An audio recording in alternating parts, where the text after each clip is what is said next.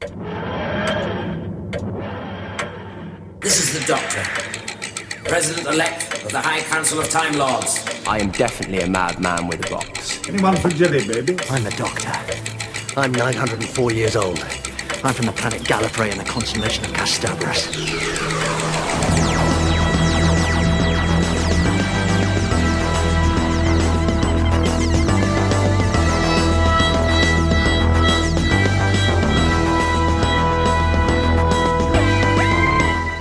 Hey Who fans, and welcome to the Big Blue Box podcast. My name's Gary.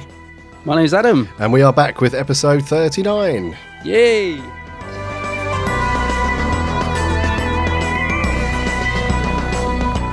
Short break. Yeah, it's the wee break. A wee break and we're back on it. And I'm glad to see you haven't lost the touch. I was wondering, is he going to fluff it after 2 weeks? Because it's a mouthful, that Big Blue Box podcast, isn't it? I know sometimes when people leave comments, it's like, it is quite a mouthful. It is. To get off in one take, but you're a pro. Yeah, pro at it now. Yeah. And he's struggling on, ladies and gentlemen. I don't know if you can tell, but you're a bit under the weather today, aren't you? I am, mate. I've got the typical man flu thing going on. Yeah. So apologies if I sound a bit croaky and raspy, but we'll get through it. We'll do it. All the guys up there will be giving sympathy. All the women will be going, "No, man flu." Yeah, they'll be like, "Oh, whatever." Yeah, exactly. Get on with it. Yeah, I must admit, I do only have a cold. It's nothing. Yeah. It's nothing major, but I don't know. For guys, it just gets you down. I do feel a bit crap, but it's all good. Anyways, how have you been, mate, over the last couple of weeks? Yes, I've been good. Yeah. I've had a couple of breaks. Well, I had a break. Sorry, not a couple of breaks. I had a couple of nights in Mallorca, so that was nice. Just 3 nights, and I polished off Dark Ice 4 while I was there, which was really good. I really enjoyed that. A very good end to the Dark Ice series, I have to say. I wasn't disappointed. So so I've been very good, thanks. How about you? Oh, I'll tell you what, I saw you with some Stormtroopers. Some Stormtroopers. Oh, okay. Yep. Yeah. You went to a Star Wars event, didn't you? Which looked brilliant. I did. Yes, I got an invite to the Force Awakens UK event. So over in America they had the Star Wars Celebration event, and they did this live stream thing to the Empire Cinema in London, Leicester Square. It was awesome, and they had some Stormtroopers there, and I almost got absconded by some Stormtroopers. It was a good night. Yeah, I was quite jealous of the pictures, actually, and I sent you. My sister sent me a link to the trailer that you got to see that night, and I had no idea any of that was going on. So I got the link to this trailer, and it's a really bad quality version of it. And I forwarded it straight to you. I thought, this must be like, an exclusive sort of thing that's leaked, unaware that this massive event was going on in Leicester Square. And then I didn't realise that actually on YouTube was the full HD version of it. I was thinking, I've just sent you a really bad copy of it, thinking, I'm giving you a scoop. And it was everywhere, because that trailer just went mad. It's a brilliant trailer, isn't it? Yeah, it very broke the exciting internet stuff. Yeah. So that was good. Doctor Who wise, I've just been chilling out watching some couple of classic ones. I've been watching a lot of. I'll be watching through series 8 again because I've got all those to hand. So I thought, let's crack on. Let's get some Capaldi action. Oh yeah. And some of the stories are not too bad on the second round. Yeah, I was wondering if how they fare on a second viewing. Not too bad. There's still a couple in there that are not amazing, as we reviewed anyways, but like Robot of Sherwood, it wasn't too bad. I enjoyed it slightly more on the second time round, but still not. It's never going to be a classic, is it? But no. Yeah. I did think of you the other night, actually. I was watching the Horror Channel, and Silver Nemesis was on, and my partner come in and watched about 5 minutes of it and then said, "What is this bleep?" And I was like, "What?" I thought you would have laughed, because it was obviously, the book. But I've been watching quite a bit of Who on horror. Greatest Show was on the other day as well, which I really like, another McCoy one. Cool. So I like the fact that, they're very random, aren't they, on the Horror Channel? They just seem to pick you get like a 7 and then a 4, and it's been all sorts on there. But it's quite good, actually, because if you're just sort of coming in from work, which, you can just whack it on, and there's some Doctor Who on the telly, which is pretty cool. It is cool, yeah. And we're recording this at, I think it's 10 to 11, something like that. And An Unearthly Child is on the Horror Channel as we speak. Is it really? I didn't even know that. Yes. Oh, wow. So they do play, they put some really good ones on there, don't they? But it's quite random, like you say. It's very random. Yeah, it's very random. It's not like series. They don't block it in series and then just go through it chronologically. It's I'm not sure how they pick them, but it's very good that it's on TV. Yeah, it's better actually because you sort of get a mix of doctors then, rather than, like you said, rather than sort of having to watch it all from the start. Whether it's quite nice because you can you never know what doctor you're going to get on each given night. I quite like that. Yeah. Doctor Who roulette. Yeah, that's it. Yeah, very good. Well, as long as you don't look at the viewing guide beforehand. The TV guide. Yeah. It's all good though. Yeah, love it. My partner, not so much, but yeah, I love it. Much. Yeah. Same Yeah, for same for me. She doesn't really like much of the classic stuff. She really likes David Tennant and some of the Matt Smith, but every time I put a classic one on, she's like, "Oh, God, I'll see you later." I think it's just more, from my point of view, it's more just the fact that there's so much Doctor Who in the house anyway. The fact that it's also classic is also now on actual television is just pushes him that little bit over the edge. It's just too much Doctor Who in the house, you know. But yeah, I love it. Tipped over the edge. I saw this article the other day online somewhere. My wife forwarded it to me actually. She was laughing. I think it was called something like 15 things or 20 things. I can't remember the number. X amount of things that you have to put up with when your partner loves Doctor Who or something like that. Yeah. I'll see if I can dig it out and put a link on it. It was really funny. Oh, because cool. there's like loads, like pretty much most of them, she was laughing her head off at because, you know, it was things like, you know, if you weren't into Doctor Who, then you certainly are now. You'll always find, how comes there's always an excuse to buy a Doctor Who themed something? Yeah. It had like a long list, had like dressing gowns, quilt covers, mugs, the whole lot. Yeah, it's pretty cool. Yeah, I bet a lot of it you could relate to. Oh yeah. Yeah. I could relate to pretty much most of it. Yeah. But anyways, shall we land this thing and crack on with the news, kind sir? Yes, we've got quite a bit of news. Let's land it.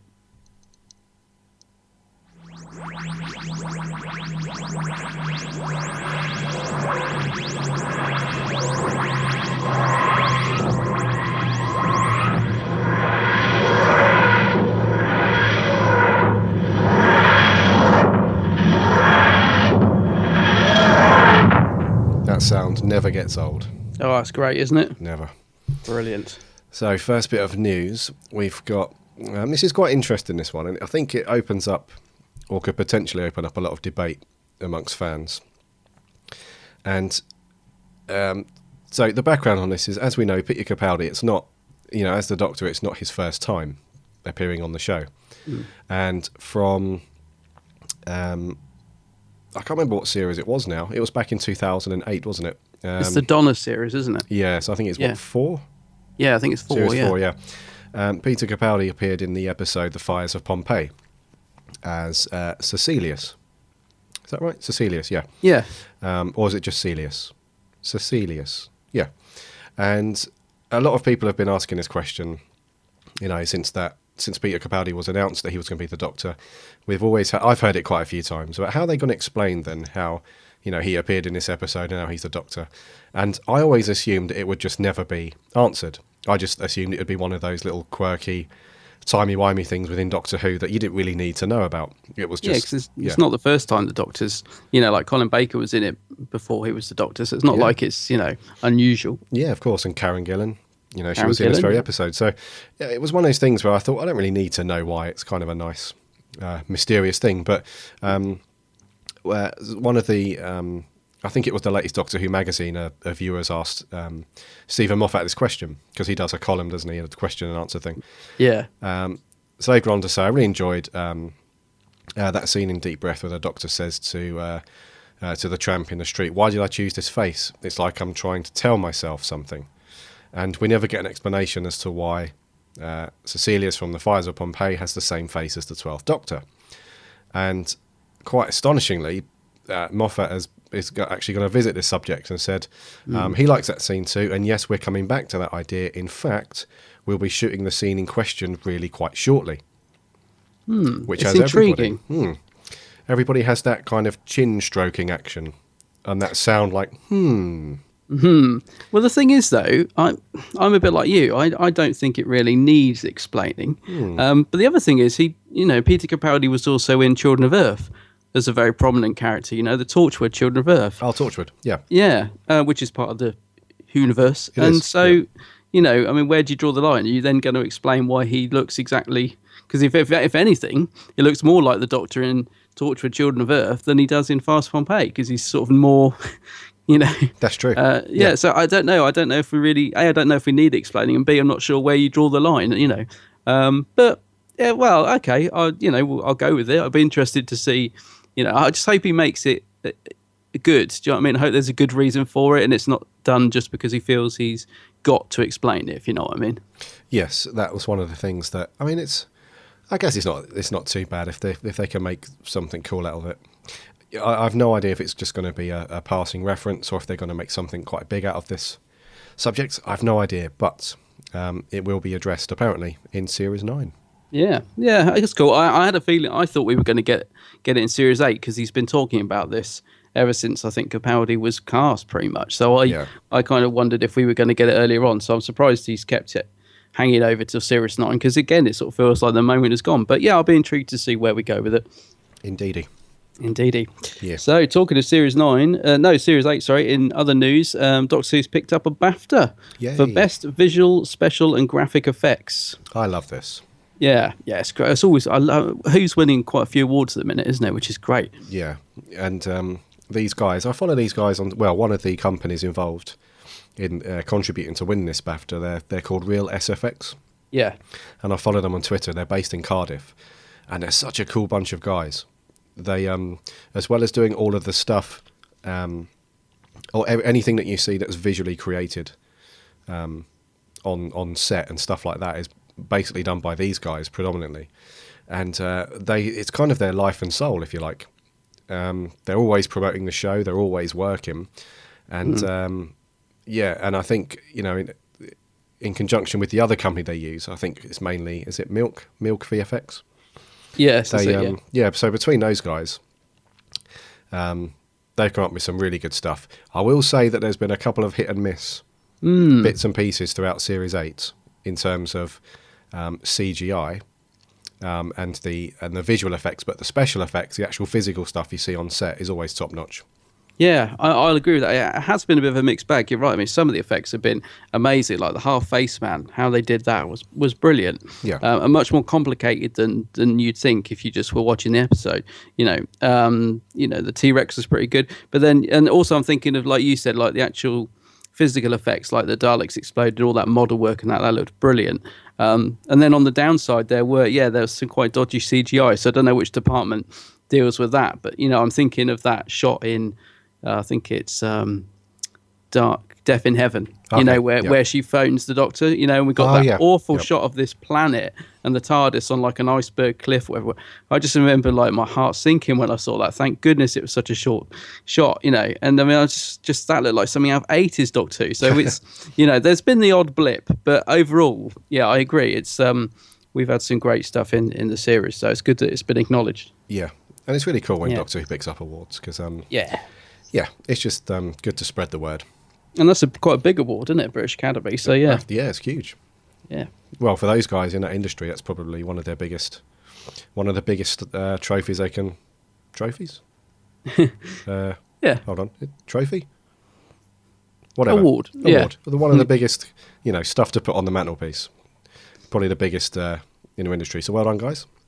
Well done. Yeah, and also I don't mean to nitpick as well, because like you said, I'm sure they must work very hard, and when things don't come off quite as well, they're probably as disappointed as we are. It's probably more down to time and money. So, the effort does come across as well. Yeah. Yeah. Good on you. Good stuff. Next up, news. We're going to continue with the physical effects thing. There's been a couple of photos released. For one of the upcoming monsters, new monsters, I assume, because I haven't seen this before anywhere to do with Who, for Series 9. And I think the BBC first tweeted out a subtle photo last week. It was a black and white photo with just this red glowing eye, or red glowing something. And then we got a set photo shortly after. And it's this big arm, well, this new monster for Who, it looks very cool. It's like this big armoured soldier by the look of it, because he's carrying this big cannon thing. Yeah. And but I'm not. The thing that intrigues me is what's inside, because this thing is really heavily armoured. It looks it, yeah. And I'm really intrigued as to what's inside, because it's very similar to the ice monsters. Do you remember on the Matt Smith episode? I can't remember what it's called now, where they come across the ice warrior on the submarine. What was that episode called? Oh, episode name. We're terrible for this, aren't we? I know. It's just it's because as soon as we ask ourselves a question, we automatically tell ourselves we don't know. Yeah. Yes. What was it called? I don't know. The Ice Warrior one. Yeah. Yeah. So the Ice Warrior. So that was very cool. I really enjoyed that aspect where it's this kind of still powerful but quite vulnerable creature inside this cool suit of armor, and this seems to have the same kind of vibe. And it looks huge. Yeah. Was it called Cold War? Yes, it was. Something like that. Yes. Do you know what? I love the look of this creature or whatever it is, and yeah, it's really intriguing because it looks really rustic, which I Yes. love. It doesn't look like a sort of tacky sort of plastic suit. It looks really rustic and well built. And I agree with you. I'm thinking, what is it and what's inside? And yeah, I really like the look of it. I love the fact it's really cumbersome and clumsy as well. Yeah. And it doesn't look like anything we've had particularly before in terms of the actual look of the costume and stuff. So I really like this. Yeah, I hope it's something really cool because I'm looking forward to seeing this actually on screen. It looks very cool. It's massive. Yeah. Yeah, it is. Yeah, it's really. It looks like it's sort of really top heavy. Like you can. I don't know how heavy the suit is, but you can imagine the poor guy inside's like really struggling to stay upright in it because it's very, very top heavy. It does look, yeah, and it's really cool because the set photo is next to the director, Ed Bazalgette, and he's not a short guy, and he towers above him. Yeah, It must be 7 foot something at least. This monster. So very cool. Well, potentially very cool monster for Series 9. it hasn't been named yet, has it? No. No. Okay. No. It's set in a well, they've overtaken this makeshift village somewhere in Wales called Cosmeston Medieval Village, and they've kind of taken the place over for a few weeks and redressed it and everything. So it's obviously set in a medieval time or medievalish time, but that's as far as we know. Yeah. Is this the one with Maisie Williams in? I don't know. Oh, right. Okay. Because I I'm know not there's sure. been a few set pictures of her looking quite medieval dress. I just wondered. Could well be them. Yeah, Yep. because also there's been a couple of pictures of the read-throughs printed recently, and a lot of people have been speculating because Jenna Coleman's not been in the pictures and Maisie Williams has, so they're saying, Okay. there's all this, oh my God, has Jenna left? But I think it's probably just that she's probably a Jenna-like episode, I would imagine. But yeah, I love the look of this. I can't wait to see it on screen. It looks very cool. Yeah. Now, in other casting news for Series 9, there's a chap called David Schofield, who you might know from Merlin, and apparently he's been in Gladiator and Pirates of the Caribbean. He's been cast for episodes 5 and 6 in the next series. Which is cool because he's good. Is he good? Yeah, I must admit, I saw this on Doctor Who News on the link, and I sort of recognise him, but I can't sort of think of anything. I don't think I've seen him in anything, so I'm not too sure. Okay, he had a fairly small part in Pirates of the Caribbean. Right. He popped up in each film, but he was really good in Merlin, and he was in Gladiator as well. Oh, cool. He's got he's not a leading role Hollywood actor, but he's been in some really big films, and the parts that he's had, he's really good, especially in Pirates of the Caribbean. He's got this real dark, menacing feel about him. So I'm hoping that in Who that they've cast him for something along the same lines, kind of menacing darkness about him. He's very cool. Oh, okay. Yeah, I was going to say, I mean, I never really got into Merlin, but I've seen the Pirates of the Caribbean. I just don't recognise him, but he's probably heavily made up in that, is he, I guess? No, he's normal. Oh, is he? Okay. Yeah. No, I don't recognise him, but yeah. Oh, cool. He sounds good. Yeah, he did an Eccleston. He retained his accent. Oh, right, yeah. Yeah. And I actually, before we move on to the last bit of news, I heard, where did I see this? In an interview that Chris Eccleston did recently, that there was a bit of a clash about his accent, you know? Yeah, apparently read that that? was part of that. Yeah, I read that. Yeah, it's part of the reason, part of this whole ongoing disagreement that he had, at the time. One of the reasons he left. Yeah, apparently well, I don't know. He didn't really say much about it, did he? He just sort of insinuated that they wanted him to sort of try and lose the northernness of it. I suppose a bit like with Tennant, they got him to do the Mockney rather than his native sort of Scottish accent. And yes. oh yes. personally, I'm glad Chris, stood his ground, because I love the fact he uses his natural accent. And with Tennant, as much as I love him as Doctor, sometimes it really grates on me. I kind of wish they'd just let him use his normal accent, because sometimes I can sort of feel him trying to hold it back, if you know what I mean. Sometimes he sort of speaks between his teeth, and it kind of grates on me, because I know he's just trying to sort of keep the accent, and I just think it would have been much better if he'd just used his Scottish accent, like Peter Capaldi. So yeah, I'm glad that Chris stood his ground on that. Me too, absolutely. Yeah. His accent's really cool, and I love that little line as well when Rose is questioning him about where he's from. She's like, "But you're northern." It's like, lots of planets have got a north. Yeah, whatever. I really like that. It's a nice little touch. So I agree. Yeah, but I think there was it did reveal another little nugget as well, where he said that there was like a stressed relationship or tension between the head triangle. So I'm assuming that's Russell T Davies and Julie Gardner. Yeah, I would guess so, and maybe Phil Collinson. Yeah.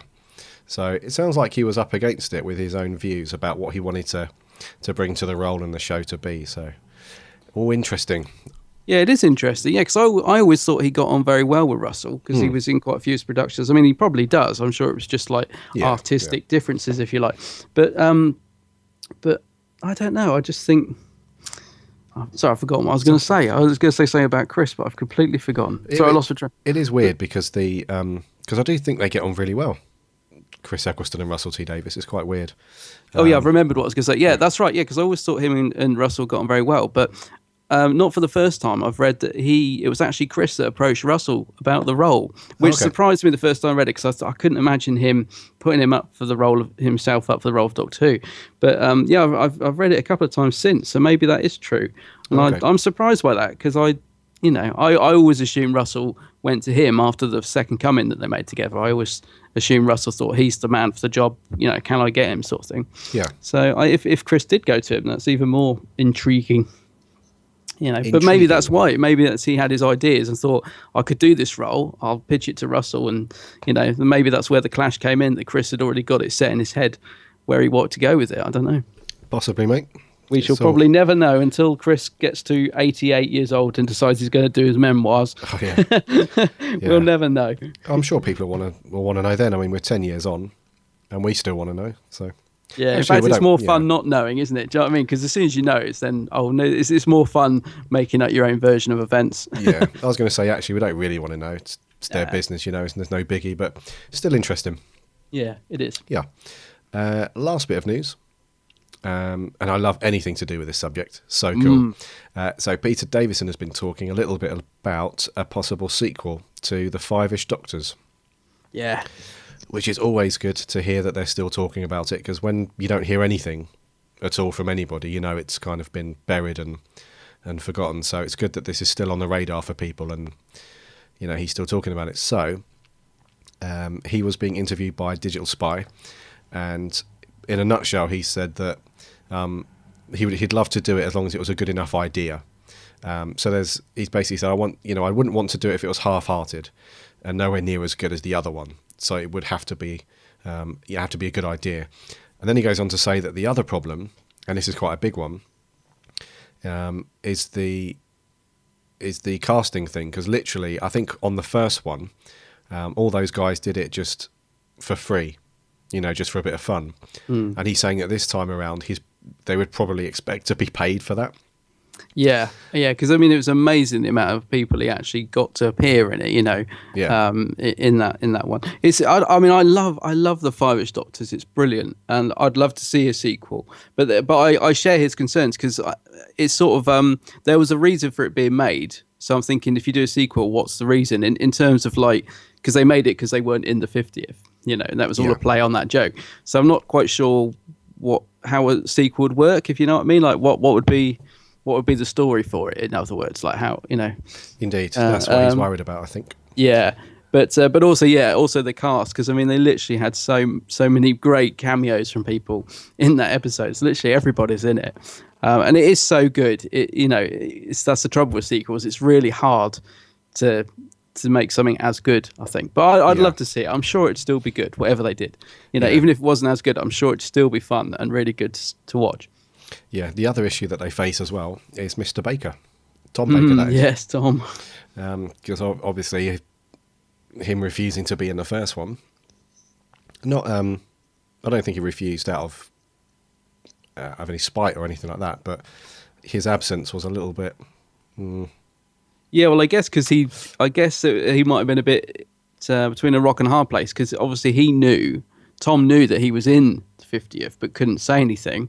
He'd sort of been sworn to secrecy. Yeah, and rightly so, because I would have hated that moment to be ruined. I had no idea he was in it. Did you? Were you surprised when he turned up, or had you heard rumours? Well, he had kind of spoilt it himself, didn't he? Did he? Tom Baker, yeah. He did an interview with the newspaper or the radio. Yeah, he did an interview that went out 2 days before the 50th. Oh, And right. I didn't know this. Yeah, he was talking about his time on the set and working with Matt and stuff. And I assume everybody at BBC was like, no. Oh, no. See, I didn't know that. I somehow, don't know how, maybe because I was up in London for the celebrations or whatever, but I missed all that. I didn't even know that. I thought it was, because I was really surprised when I heard the voice, because you hear the voice first. Yeah. I was like, really? Can't be. And then when he was on, I was really genuinely surprised. So I'm really glad that I didn't know that. Yeah. It's oh, Tom, I didn't realise he'd ruined it. I know, Tom. Oh, dear. But it was cool, him showing up. It was just, this is a whole other podcast episode to talk about that one. But I think it's, I think we could talk for an hour or so about the justification for having Tom and not the others and all that stuff. But I was thinking maybe that's why he felt he couldn't be in the Five Doctors, because they didn't know he was in it either, obviously, clearly. Yeah. But he couldn't have really been in it trying to get into the Five Doctors in the storyline when he knew he was in it, if you see what I mean. So, yeah, he probably sort of had to decline. I'm surprised if he blabbed to the newspapers. I'm surprised he didn't just say to Peter, I'm in it. So I can't, do you know what I mean? Yeah, I'm not sure what the reason was behind him putting that article out before, whether he didn't know it was going to go out before, I'm not sure, or if they got duped into it. Not sure, but I remember at the conference we were at recently, and Colin and Sylvester were starting to show their little slight annoyances in not being included. Yes, that's right, yeah. Yeah, when they were on the panel, they were genuinely quite, you could tell, they were quite peeved off about it. Yeah. Because I think before, around the 50th, they'd been quite, diplomatic, if you like, when asked about it. But now time's passed, they're actually quite sort of candidly saying, aren't they? Yeah. But they weren't, well, I think they would have just liked to have been a part of it, really. Yeah, which is fair enough. I can understand it. Yeah. So, yeah. Yeah, I think it's going to wrap up for the news, buddy. Okay.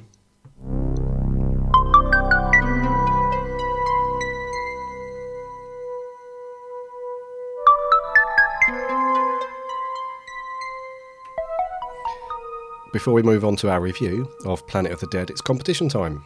Yes, that music can only mean one thing. It can only mean one thing. And that is another competition. Another one. Yeah. Yeah, so we've been very kindly been given a copy of Cameron K. McEwen's new book, Unofficial Doctor Who, The Big Book of Lists, to give away. And I'm going to talk a little bit about this book on next week's show, but it's a really good little book, and I can tell already that Colin Baker's going to hate it. Oh yeah, he hates lists, doesn't he? He hates lists, but I think the rest of the world, he's probably going to really like it. It's a great little book. It's one of those books where you don't really plan on reading it because of the way it's been written. It's all very nicely in chunks and stuff. It's not chapters or anything. It's not a story. In my mind, for some reason, I thought I would pick it up and read a few bits and put it down again, because it's just a collection of, exactly as the title suggests, it's a collection of lists and so on. But you can't put it down. You read one chunk of lists, you think, no, that's cool. You turn a page and there's another cool thing, I have to read that. And you turn a page and there's another list that you didn't think you would like, but then you're intrigued at the order in which the list goes. Yeah. So it's a cracking little book. It's really, really cool. We've got a copy to give away. All you need to do to win the book is just follow us on Twitter at Big Blue Box PCast, and then just fire us a link to say something like, I'd love to have this book, or give me the book, or whatever you like. And just use the usual the hashtag Big Blue Box Comp. And that's it. And that's it, yeah. And now I can hear people thinking, but I already follow you. That's fine. If you already follow us, just bash out a tweet with that hashtag. Indeed. Yeah. So, yeah, just all you need to do though is just tweet us with something funny, like "Give me the book immediately," or "My mum would really like the book," or something silly, whatever you like. Just as long as you include the hashtag, it's all good, and we will announce the winner next week. Yes, I'd like this book myself. In fact, if I manage to get into a shop this weekend, I'm going to pick it up because I've got Cameron's first book, The Who's Who of Doctor Who, which I really like because they're illustrated by, and I don't know how to pronounce it, Andrew Skilter, not sure. Skilleter. Yeah, which makes them it's got a very sort of old school Doctor Who feel about them, which I love because I love his drawings, and this one's illustrated by him as well, isn't it? So yes. Yeah, so yeah, it's a good book. It's a really good book. Yeah. So thank you, Cam. Thanks, Camzy. And we know about his after we spent some time with him last month. Was it last month? We've kind of we know not to trust some of his things, but I can assure you that everything that appears in this book is completely genuine, and there's no red herrings. Yeah, it's just like Stephen Moffat. Camzy lies. Camzy lies, yeah. Yeah, he can't be trusted. No, we had a great chat with him in the bar, didn't we? And he does love to tell facts. He's brilliant with facts, and some of them are true and some of them are not. And he does love to try and test you to see if you can guess which is which. So yeah, but all the ones in this book, I assume, are true. Yes, they are. Cool. I'm pretty sure, unless he snuck a few in there, but You I'm might have pretty done. sure. Yeah. Yeah. Cool. So good luck with that, guys. We'll announce who's nabbed that next week. And let's do a review. What are we doing, buddy? Oh, yes. Well, this week we are visiting the David Tennant episode, Planet of the Dead.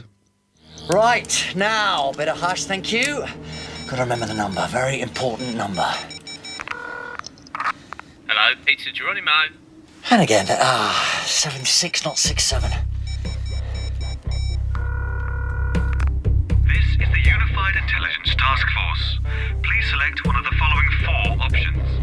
If you want to I hate these things. No, if you keep your finger pressed on 0, you get through to a real person. I saw it on Watchdog. Thank you, Angela. Unit helpline, which department would you like? Listen, it's the doctor. It's me. Captain, urgent call, Mum, relayed direct from HQ. Is it? It's him, Mum. It's the doctor. Doctor, this is Captain Arisa Magambo. Might I say, sir, it's an honor. Did you just salute? No. Arisa, it's about the bus. HQ said you're at the tunnel, yeah? And where are you? I'm on the bus, but apart from that, not a clue. Except it's very pretty. And pretty dangerous. A body came through here. Have you sustained any more fatalities? No, and we're not going to, but I'm stuck. I haven't got the TARDIS and I need to analyse that wormhole. We have a scientific advisor on site, Dr. Malcolm Taylor. Just the man you need. He's a genius. Oh, is he? We'll see about that. It's the doctor. No, I'm all right now, thanks. It's just a little bit of a sore throat. Although, I got to be honest, a cup of tea might be nice. It's the doctor. It's the doctor, idiot. So, the first of 4 one-hour specials leading up to David Tennant's exit, written by Rusty Davis and Gareth Roberts. Where did it all go wrong, Gary?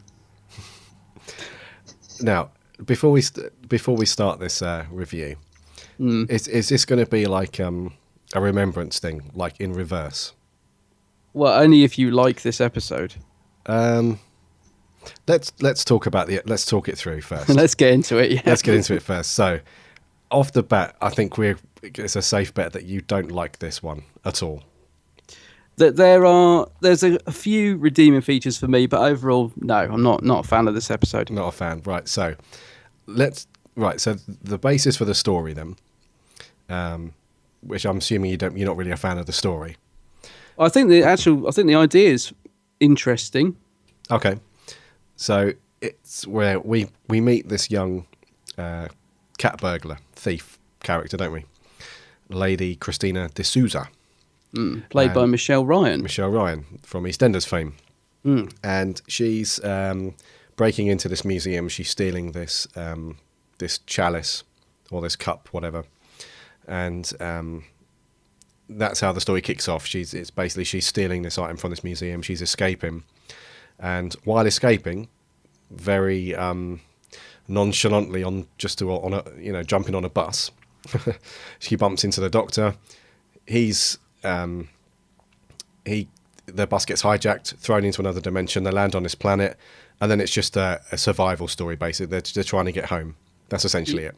Yeah, that's it in a nutshell. In a nutshell. Yeah, I actually think it starts off quite well. Actually, I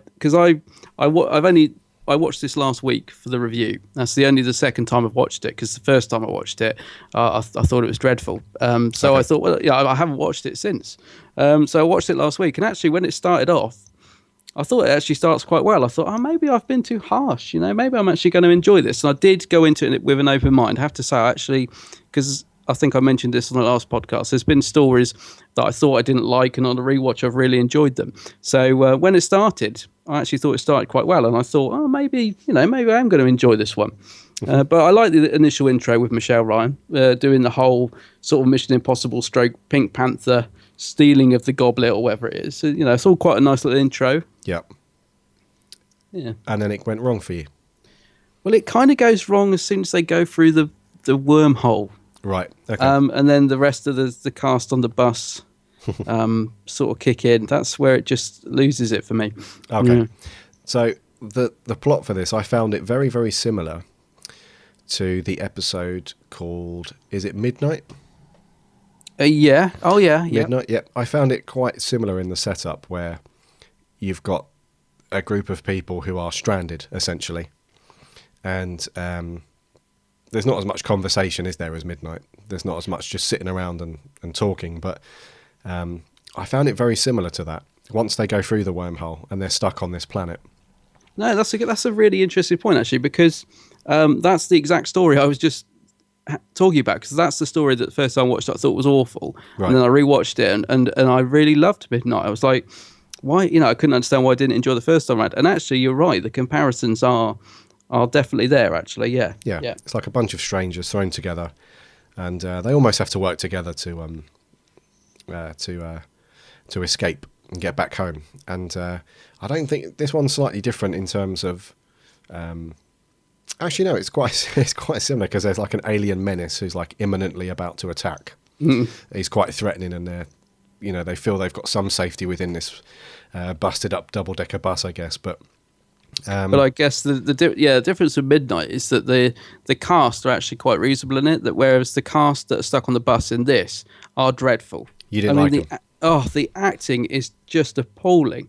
Like they really, I couldn't care about any of them. Like there's no characterization at all. Whereas in Midnight, the actual characters are quite good, even though we don't really know them. And there's a lot more suspense in Midnight. Like I didn't find there's any suspense in this at all. I think they tried to. Yeah. I think they tried to do that with the Tritovores. No. I was going to let you say it because I wasn't. I still can't pronounce it. Yeah, the stingray-like things. You mean? Actually, they're not called Tritovores, are they? Oh, you're on about the fly things? They're the fly dudes, aren't they? I don't know. Yeah.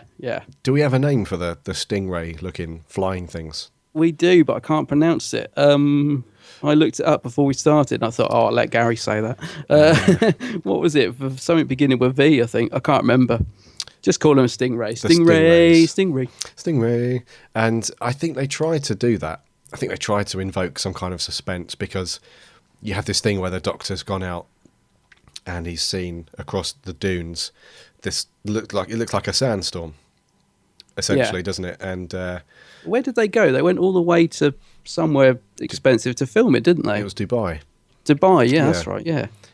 Visually, though, it looks nice. I gotta say, nice location. Yeah, works well visually. I think they probably would have been better.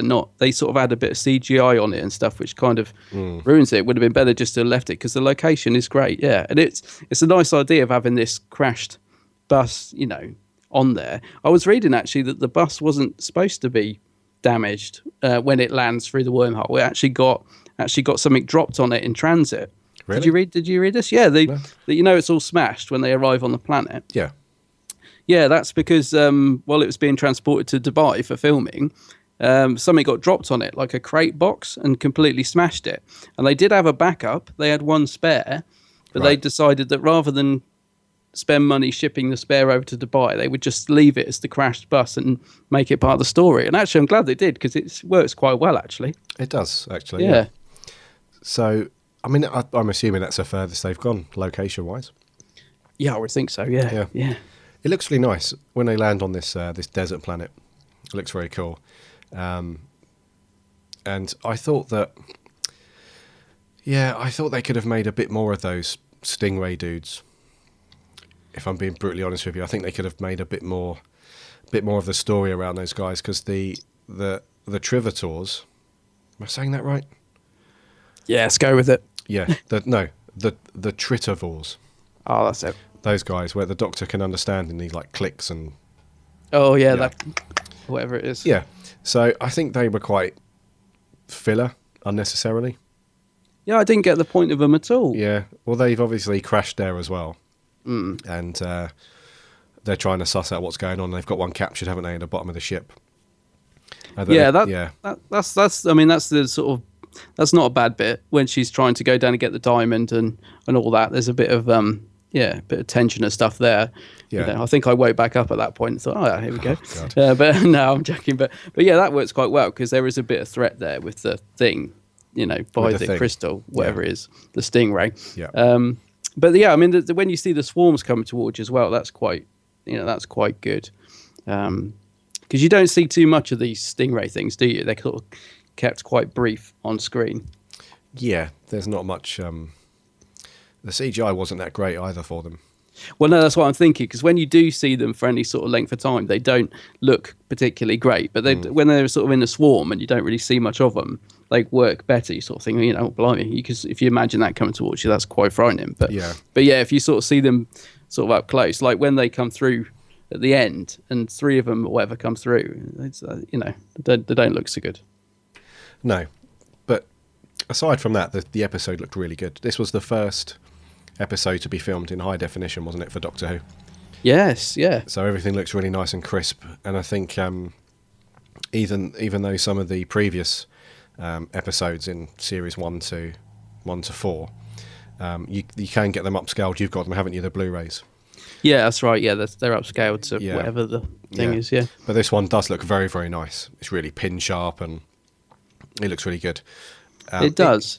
Even like the night shots in London, or Wales, should I say? Even the night shots in the city and stuff like that, it all looks really good. But when I said about Russell and Gareth writing it, where did it go wrong? I know I was being a bit flippant, but what I mean by that is you've got two really good writers there, and this isn't dreadful. I mean, I don't mean to be too harsh on it. There's some good bits in it, but you've got two pretty decent writers there. They both delivered good work, Doctor Who, and this I don't think represents them well at all. I mean, I think they could have come up with a lot better than this, and I don't know where did it go wrong in terms of like, where did it go wrong in what is translated on screen, or did they just not come up with a good enough script? Because I mean, the humour in it as well. Two people that are normally really good at delivering humour in Doctor Who, the humour in this falls really flat. I mean, there are some bits in it that are just not funny, and they're meant to be funny. The only bit I liked is when the Doctor uses his psychic paper to get as an Oyster card at the beginning. So that was a really nice little touch. Okay. But the rest of the humour in it just falls incredibly flat, which is unusual considering that it's written by Russell and Gareth. I really liked Malcolm Taylor, Lee Evans' character. Lee Evans. I thought he was quite funny. Well, actually, yeah. I didn't like him the first time. I think the sort of as soon as he started speaking in that Welsh accent, I was like, it seemed like the whole thing was just a pantomime. But on the rewatch, and this is one of the few things that has changed, in my opinion, I really did like him in this. Actually, I thought his character was great. I really did like Lee Evans in this. Yeah, well, he's from Wales, so he does that accent quite easily. Oh, is he? I didn't know that. Yeah. Oh, right. Okay. That's why he's really good at Welsh accents. Okay. Yeah. No, I thought he was really good in it, actually. Yeah, I don't know why I didn't like him the first time, but I really enjoyed him in this the second time around. I love the fact that he's like really, impressed that knows all about the Doctor, and he's can't believe his luck that he's actually speaking to him on the phone. And I really like the scenes of him and the Doctor talking on the phone. I think they work really well. Yeah, he's kind of starstruck, isn't he? That's it. Yeah, that's a really nice little touch. Yeah, just to pick up on what you said about the Russell T Davies and Gareth Roberts. this is one of the things that also kind of confuses me a lot as well, is that those two are, they have produced some of the best Doctor Who stories. And it's interesting to see. Well, it's interesting for them to working together to put out quite a weak story. Yeah, that's what I think. A weak episode, should I say? Because the story itself is actually quite. Although it's been done before on Doctor Who, it's quite has the potential to be good if you nail the menacing aliens, enough, and you create enough suspense and that sort of thing, and you've got Unit in there as well. It's potentially a really, really good story. But I think I'm with you on that one, where it's surprising that you've got two of the best writers, of modern Who, coming together, which should, it's almost like a dream team writing, experience, and you'd have thought that it would be one of the best of David Tennant stories with these two together. But well, you'd certainly expect it to be a lot stronger. Yeah, I think that's the thing, because there's loads of potential here. Like, you've got so much stuff going on in terms of, like, you've got Unit in there, and these fly people, and you've got the Stingray things, you've got the bus, you've got the wormhole, you've got Lee Evans, you've got loads of great stuff, and Michelle Ryan as well. Loads of great stuff, but nothing actually happening. It really struggles to hold my attention, this story. Yeah, and I think that's one of the things that, in my opinion, this story could have benefited a lot more if it was a bit darker. Yes, exactly. Yeah, I think this. When I say darker, I don't mean in visually at night. I mean like the tones of the story and the characters.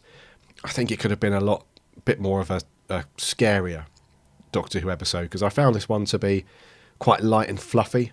Yes, there was a lot of throwaway humour, and there was a lot of little character quirky bits, and there was nothing here that really. I mean, I think I enjoyed it a little bit more than you did. I'll be honest with you.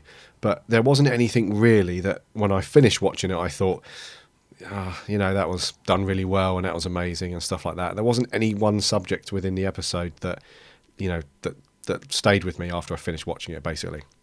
Yeah, no, I agree with you. It's a throwaway episode. I mean, if you compare it to the next special, Waters of Mars, brilliant episode. Worlds apart. Yes, worlds apart. That the acting is 10 times better. The darkness is there. David Tennant is so much stronger in the episode. I mean, that's the other thing. I don't think David Tennant's particularly. I mean, he's good in it, but he's really going through the motions in this story. He even seems a bit bored himself in it. It's not like, there's no sort of standout moment. You don't, like you said at the end of it, you don't think, wow, that's brilliant. Like at the end of the Waters of Mars. That is such a good episode, and Tennant is phenomenal in that. Yeah, I think it's one of his best performances as the Doctor. But in this, he just seems to be going through the motions. Yeah, that's exactly what I thought. What did you think of Unit in it? How do you think because we've got a slightly different Unit team to what we've got now. So what did you think of this Unit team that we get to see in this one? I didn't really take much away from it. Really, it wasn't really. They didn't make much of an impact in the story. I think Captain Magambo, she was quite. I think she played that role quite well. That kind of hard-nosed captain. Yeah, reminds me a bit of she's got that sort of strong character. I gotta say, I think sort of Unit don't really do a lot in it, but I think having Lee Evans in it kind of saves it. I really, really don't like the bit where she pulls the gun on him at the end. Oh right, yeah. Only because in the next scene they're all laughing and joking again. I'm just thinking, hang on a minute. She's just pulled a gun on you, mate. I don't think, even if she's like, your superior, I don't think I'd be outside laughing with her 5 minutes later. Yeah. You know what I mean? That really jarred with me. Yeah, especially as the Doctor's hatred towards guns and stuff like that. I was expecting him to react a bit more than that. It didn't seem necessary. Like the fact I know she's giving him orders. I don't think a unit officer would pull a gun on a scientist and demand him to do something. And I certainly don't think they'd be BFFs 5 minutes afterwards. So that really jarred on me. It seemed like bad writing. I'll come on to a positive because I don't want to be Mr. Negative. Michelle Ryan, I actually thought was really good in this. Did you? Yeah, I did. And I don't remember liking her from the first watch, but yeah, I really liked her in this. Okay, because she was my least favourite bit. Really? In this. Yeah. I thought it was. I thought it was just a real. almost a blatant copy of the Tomb Raider character. Ah, right. I don't know if anybody's seen that, the Angelina Jolie Tomb Raider movie. Now you said it, you're absolutely right. I hadn't even thought of that. Yeah, you're absolutely right. Yeah, and it's not like, sometimes with characters they take some inspiration from another character that's been in a movie, or they model a character on somebody. This to me seemed like, I don't know, it just seemed like a carbon copy, because she had this posh kind of strange British accent that she was forcing out. She was obviously very, she had some status about her, just like Lara Croft in Tomb Raider. Yeah. She's this thief, and it was almost like, this is another mind-boggling thing, because I'm pretty sure that Russell T Davies and Gareth Roberts would have known about this. And even if they modelled the character slightly on Lara Croft from Tomb Raider, you thought that they would have changed it up a little bit. Had some variation so it didn't look like a... So for that reason alone, that really didn't sit right with me. It was literally a carbon copy. Fair enough. Yeah, no, I can... Now you say it, I can totally see where you're coming from. I don't know. I just kind of, I think in my head I'd got it that I didn't like her, so I was quite surprised that I did. I don't know. I found her quite a sort of, quite a feisty, sort of bit mouthy, but not too much.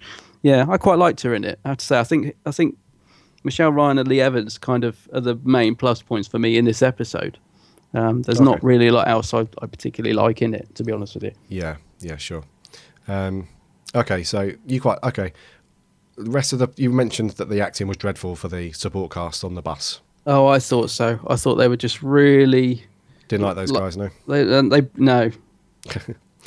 Especially the woman who's like, it's coming, I can see it's coming. Oh God. Her husband was the only good one, and he only has about one line. He's the only believable guy in it. And there's another guy in it who's normally really good, a young guy. I don't know his name, but he's been in loads of things. Okay. I think he was in Skins, and I can't think of his name. He's normally really good, and he's only got a few lines, but even he's rubbish in it. And I was thinking, what's going on? I don't know if it's down to the direction or what. Actually, I do think the direction's fairly decent in it, having said that. Like the way it's shot, I mean, not the performances. Yeah. I think the way it's shot and moves and stuff is quite good. But overall, I wasn't impressed with the guys on the bus. I didn't feel any affection or for anything to them. When I say, I didn't care about them, what I mean is I didn't care about the characters. Like, they're in peril, but I wasn't bothered about them at all. You know what I mean? I didn't care whether they got out of the wormhole or not. In fact, the guy, I probably shouldn't say this, but when the bus driver, who again was a dreadful actor and rubbish, when he does walk through the wormhole and gets disintegrated into a skeleton, I actually laughed, which is not like me, but I did, because I was just like, oh, good, because he was so annoying. He was a bit, wasn't he? And he went charging off through there, and you thought, it's got to happen. Actually, maybe that's why he was so annoying, because they don't want to kill somebody like all, do they? So yeah, but no, not impressed with the overall cast. The fly people, what do you think of them? I mean, man in a suit with a fly head. Yeah, I mean, again, they weren't terrible. I just found them a little bit filler, really. I didn't understand. I think they could have done that whole abandoned ship with the stuck stingray creature in it without the flies.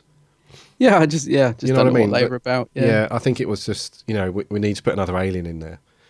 Let's do that. But we haven't really got anything big we can use. Let's just make up these fly people. Yeah. So yeah, that was a bit. I just didn't understand their purpose, really. And I know a lot of people were like groaning when the Doctor and the Michelle Ryan's character kiss. They're like, oh, did they have to kiss? Here we go. Yeah, I know. Yeah, I know. It does seem sort of obligatory of part of the RTD era, I have to say. It always has to have a kiss in there. Yeah, almost James Bond-esque.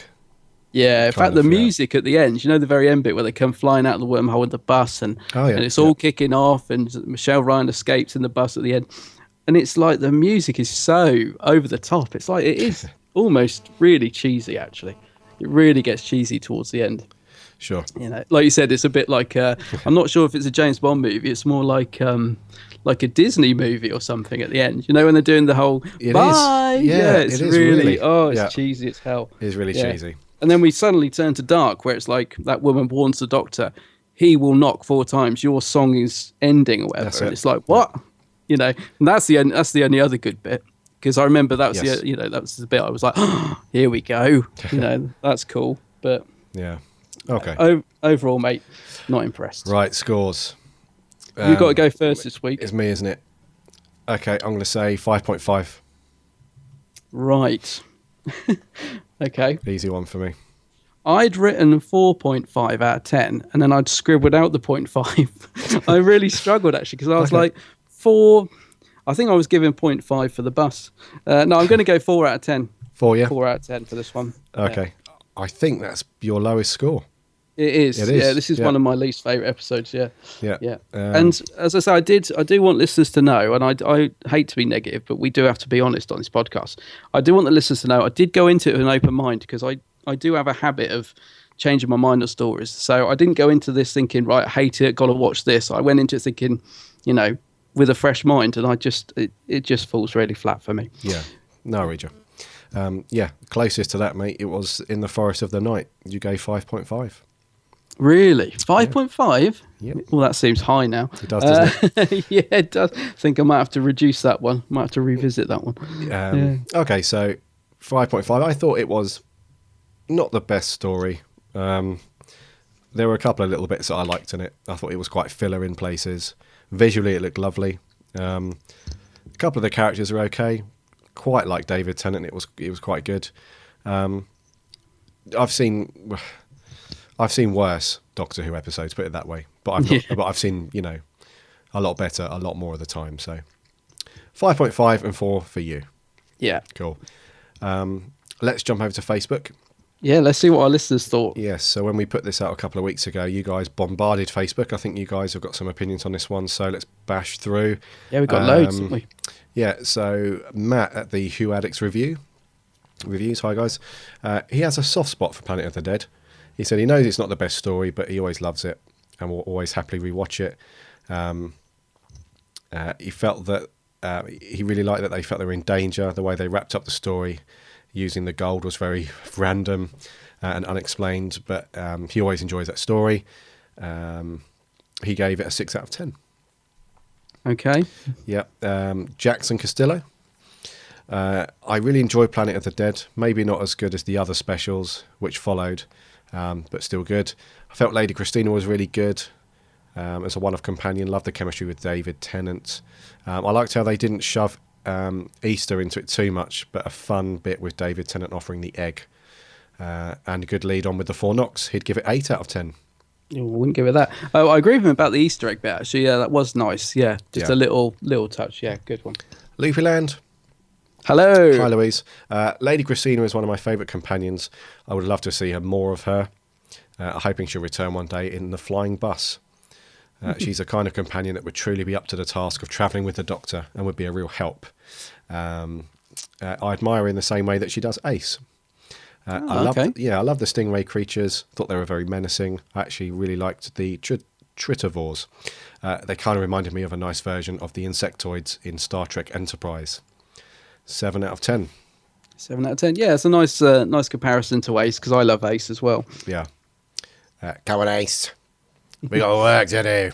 Oh my goodness! I must just tell you very quickly. I was listening to Damaged Goods, was it? Oh no, earlier, and there's a bit in it where he's saying something with the R's in, and he does it about 10 times in a row. And I was thinking, Gary will not make it to the end of this audio. Bloody hell! I think it's Damaged Goods. I'm trying to think. Yeah, it must be. I was listening to Damaged Goods. Yeah. Anyway, sorry. Anyways, Matthew Gibson Duxbury.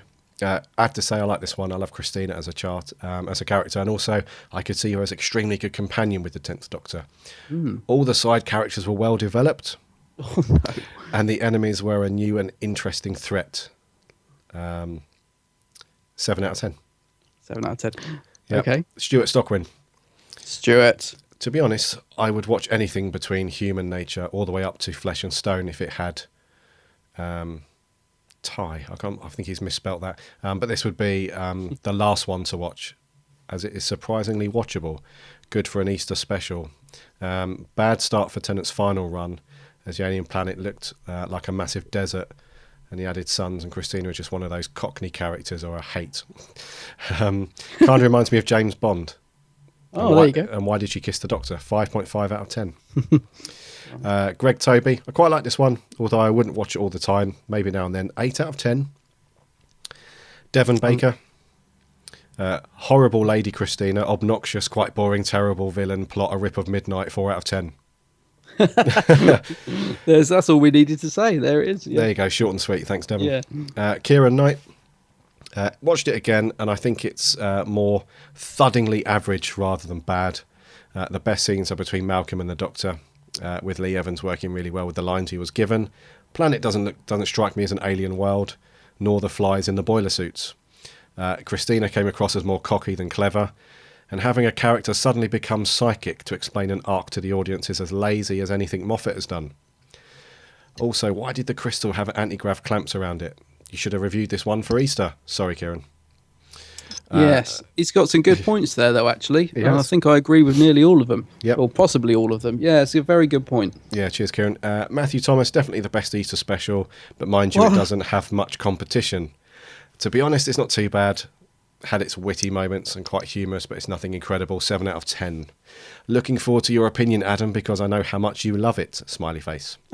Actually, when he says Easter specials, he doesn't mean... Because I chuffed a laugh there. He doesn't mean it's better than Waters of Mars than that, does he? No. He's just... yeah, just Easter in general, I think. Just Easter. Okay, fair hopefully. Enough. Yeah. Will Lloyd?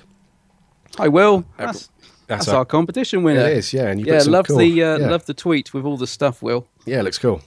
It's okay, bit silly in some places, but as a 9-year-old, it made me laugh and kept me entertained. I still don't mind it. Stu Gee, it's a great fun romp, not the best story, but a lot of fun.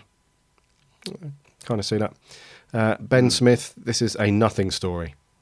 It's not good, but it's not bad. The story is thin and easily forgettable, and the woman randomly being psychic to predict the Doctor's end was poor and lazy storytelling. 5 out of 10.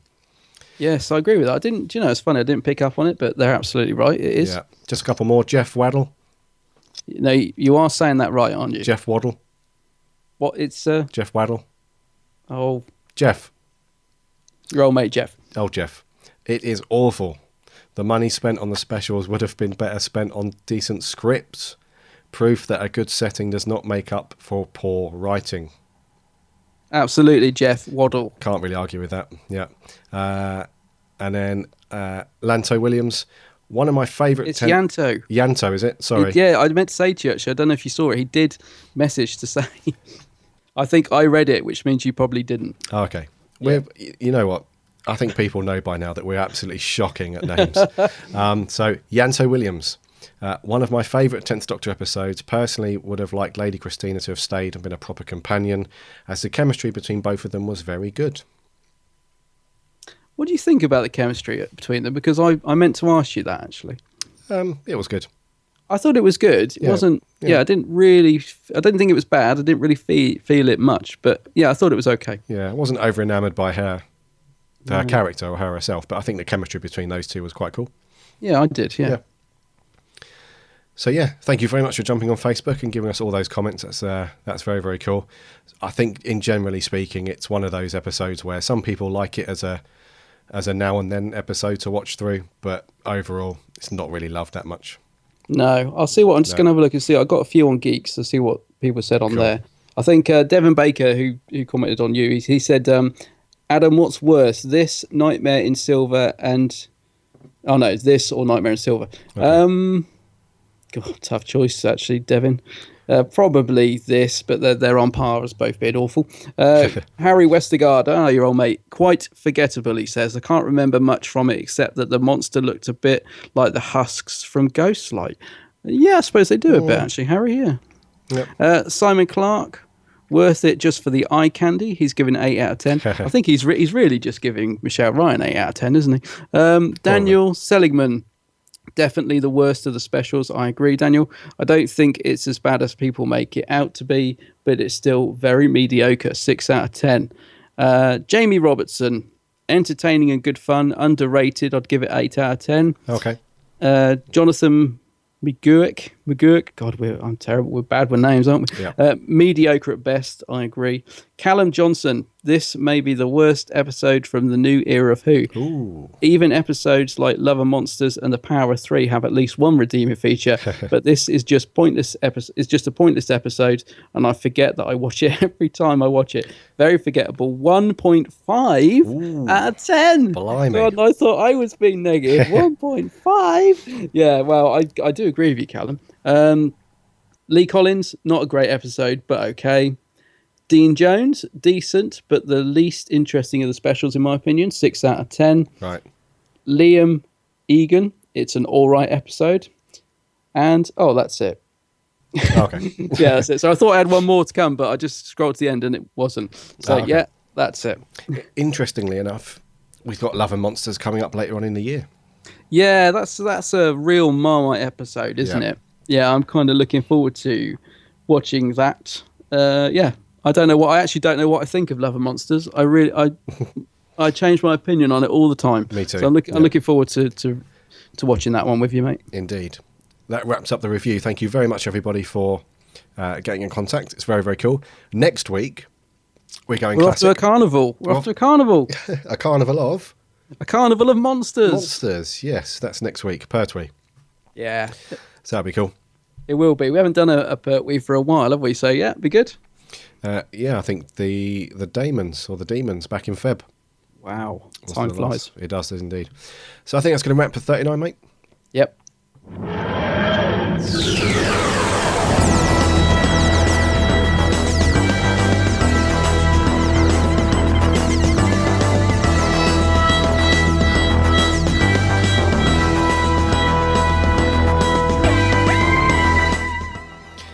Planet of the Dead. Not much love there. Dead in the water. Dead in the water, indeed. Yeah. So I think I concur with a lot of the comments we had through.